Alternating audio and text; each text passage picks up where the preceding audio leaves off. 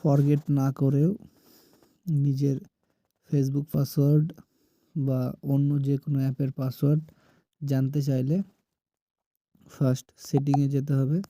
সেটিংয়ে গিয়ে গুগলসে যেতে হবে। গুগলে গিয়ে কিছুক্ষণ লোড নিচ্ছে। অল সার্ভিসে গিয়ে তারপর অটো ফিলে যেতে হবে। তারপর অটো ফিল উইথ গুগল। তারপর যেতে হবে গুগল পাসওয়ার্ড ম্যানেজার। এইখানে প্রত্যেকটা অ্যাপ দেওয়া আছে এবং প্রত্যেকটা অ্যাপের পাসওয়ার্ড ভেতরে গেলেই পাওয়া যাবে। এই যে